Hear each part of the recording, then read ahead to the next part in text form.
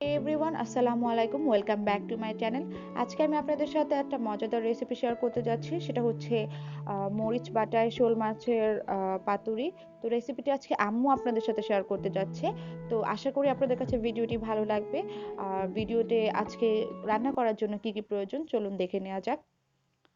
যেহেতু আজকে আমরা মরিচ বাটা এটা করবো, তার জন্য আমাদের লাগছে কিছুটা শুকনা মরিচ। তো শুকনা মরিচটাকে আমরা পানিতে প্রায় অনেকক্ষণ ভিজে রাখবো, যাতে আমাদের এটা ব্লেন্ডার করতে সুবিধা হয়। লাগছে কয়েক ৪-৫ থেকে ৪-৫ ৬ টুকরা এরকম মিডিয়াম সাইজের পেঁয়াজটা ছিলে এরকম কিউব সাইজ করে কেটে নিতে হবে। আর লাগছে কিছু আস্ত রসুনের কোয়া, এগুলোকে আমরা ব্লেন্ডার করে নিব, তবে এটাকে কেটে একটু পানিতে ভিজিয়ে রাখতে হবে কিছু সময়ের জন্য। তারপরে আমরা একটা ব্লেন্ডার জাগে সবকিছু একসাথে নিয়ে সুন্দর করে এটা একটু ব্লেন্ড করে নেব। আর ব্লেন্ড করার জন্য একটু কিছুটা পানির প্রয়োজন হবে, যাতে এটা স্মুথ ব্লেন্ড হয়। আর কিছুটা সবুজ মানে তাজা কিছু ধনেপাতা নিয়ে নিচ্ছি। আর এ পর্যায়ে দিয়ে দিচ্ছি ব্লেন্ডার জাগে রসুন। তো রসুনটা দেওয়ার পরে আমরা খুব ভালোভাবে ২-৩ মিনিট ভালো করে ব্লেন্ড করে একটা পেস্ট করে নিব। আর আজকে এক্সট্রা কোনো মশলা লাগছে না, এটাই আমাদের মূল মশলা। তো এটা দেখলেন তো, খুব ভালো করে ২ থেকে ৩ মিনিট ব্লেন্ড করার পর খুব সুন্দর একটা স্মুথ একটা টেক্সচার এসেছে। আর এদিকে শোল মাছের অংশগুলোকে খুব ভালো করে কেটে ধুয়ে রাখা হয়েছে, এগুলোকে একটু ছোট ছোট টুকরো করে নিয়েছে, বেশি বড় পিস রাখা যাবে না। আর ঝালের পরিমাণটা একটু কিছুটা ঠিক রাখার জন্য আমরা কিছুটা লাউ শাক ইউজ করছি এখানে, আপনারা চাইলে আলু শাকও ইউজ করতে পারেন।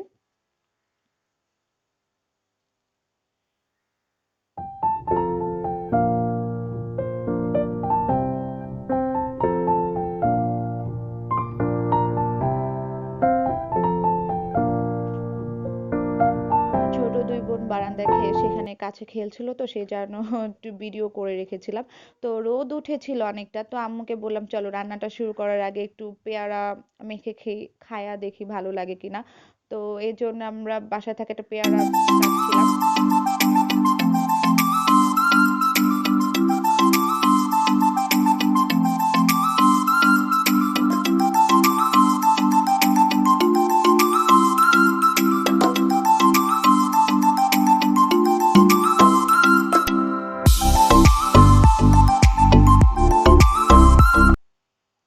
তো পেয়ারা মাখানো খাওয়ার পরে আমরা রান্নাতে চলে এসেছি।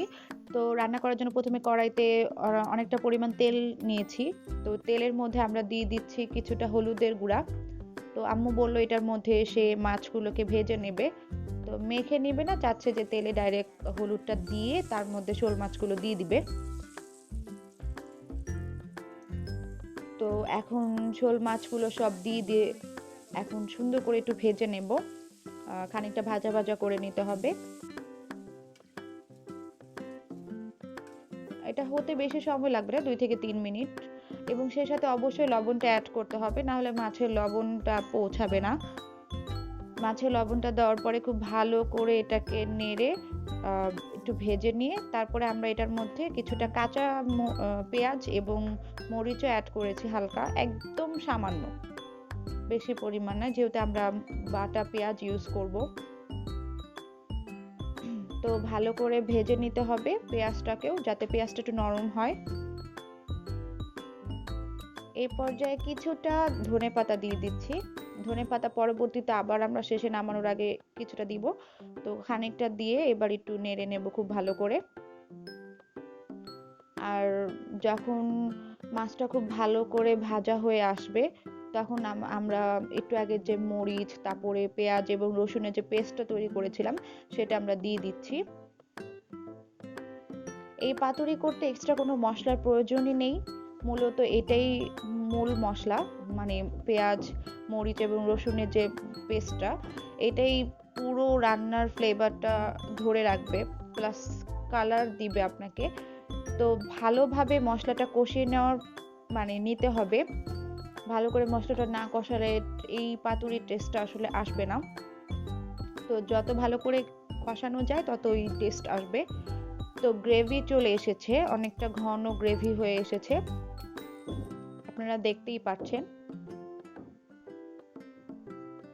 মানে গ্রেভিটা যখন ঘন হয়ে আসে তখনও মনে হয় যেন এখনই খাই। আর এই পর্যায়ে আমরা কিছুটা লবণ দিয়ে দিচ্ছি। আর এই পর্যায়ে পরে আমরা আর কোনো লবণ ইউজ করব না। আর কিছুটা পানি দিয়ে দিচ্ছি যাতে মাছটা একটু সেদ্ধ হয়। আর সেই সাথে আমরা যেহেতু এখানে শাক ইউজ করব, সেজন্য আমাদের এক্সট্রা পানির প্রয়োজন পরবর্তীতে হতে পারে, তো এটা আগেই দিয়ে দেওয়া ভালো। এতে মাছটাও রান্না হবে, সেই সাথে আমরা যখন শাকটা ইউজ করব তখন শাকটাও ভালোভাবে কুক হয়ে যাবে। অতিরিক্ত পানি ইউজ করলে এটা গ্রেভিটা নষ্ট হয়ে যাবে। তো চেষ্টা করবেন আপনারা অতিরিক্ত পানি ব্যবহার না করার জন্য। তো আম্মু এই পর্যায়ে আমরা আমাদের কেটে রাখা লাউ শাকগুলো দিয়ে দিচ্ছে, খুবই অল্প পরিমাণ, বেশি নয়।